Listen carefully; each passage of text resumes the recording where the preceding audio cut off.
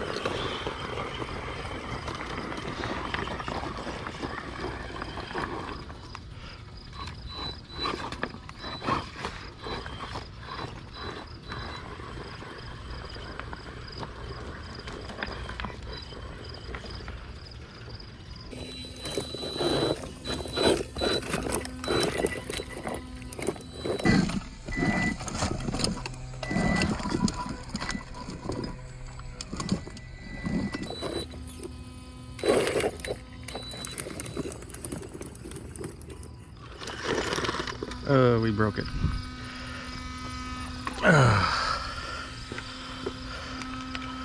Bummer. All right, guys, we got the truck back on the tailgate. And as you can see down here, I broke this rod end right there. I cracked it. And luckily enough, I was able to find in that mess of rocks over there.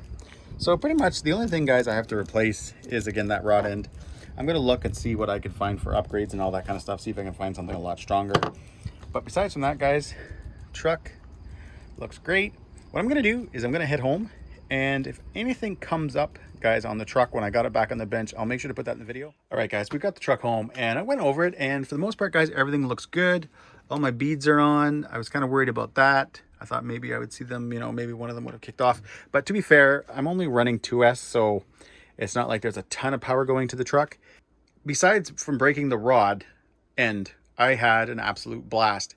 And now it's made me think of that I'm going to change what this vehicle was going to be. And if you've watched any of the videos I've done, I wanted to build an adventure buggy. I wanted to build something that I could take anywhere, you know, do a little bit of rock crawling, do some trail running and all that kind of stuff. However, now that I've had it on the rocks, and again, guys, that's at my work. So, I mean, I can come out at the end of the day, whatever, and drive this thing whenever I want. I would really like to dial this thing in now, guys, for rock crawling. I had a lot of fun. You know, when I was going up the hill kind of beside the stairs, and I was having kind of, you know, a lot of issues. You could see just where, you know, the lock diffs would have helped. You could see where if the truck was lower and the center of gravity was a lot better, where that would have helped. So I'm now thinking that that's the route I'm going to go. Now, obviously, guys, you know, I'm not a super sponsored channel, so it's not like I'm going to get a big, huge package from Vitavon or Trial or something like that where I'm going to be able to upgrade this thing overnight. So it's going to take time. But I'm looking forward to this now. I did make a mistake. So from the little bit of driving, guys, that I'd done with the Hobbywing system, and this is a censored system. It's the 2200 kV motor in the XR8 short course ESC, so it's the 4S ESC. From the little bit of driving that I'd done around the yard, I wasn't super impressed with it. I found a huge kind of delay between going into reverse. I had changed some settings. I still didn't like it. So I just couldn't drive the truck. And I noticed that especially today, the way I wanted it to. I ordered a couple of days ago a Mamba X, but with the 2400 kV motor. And the reason I did that is I was still at that time basing this truck around kind of being an all-around adventure buggy. Now I'm thinking I probably should have gone to something different, something that actually, at the, you know, when I first was putting the stuff in the cart, I'd actually put the Mamba X with the Slate 2850 in, which I've had in a few of my other crawler trail trucks. And I probably should have done that. So, because I actually, now that I remember, I actually placed, guys, the order, and then I used the chat on the website to change it to the 2400. So, oh well. Either way, I've got the Mamba X coming, because one thing I really missed today, and I'm going to show it, guys, when I get the other system in here and I get the Mamba X in here, is I really missed being able to dial my drag brake when I want it. That auxiliary wire on the Mamba X and Mamba Monster X is fantastic for using it for that. I've always used it for my drag brake, so to be able to just go right to 100%, you know, when I was coming down the hill and all that kind of stuff, that's where it really, really would have mattered.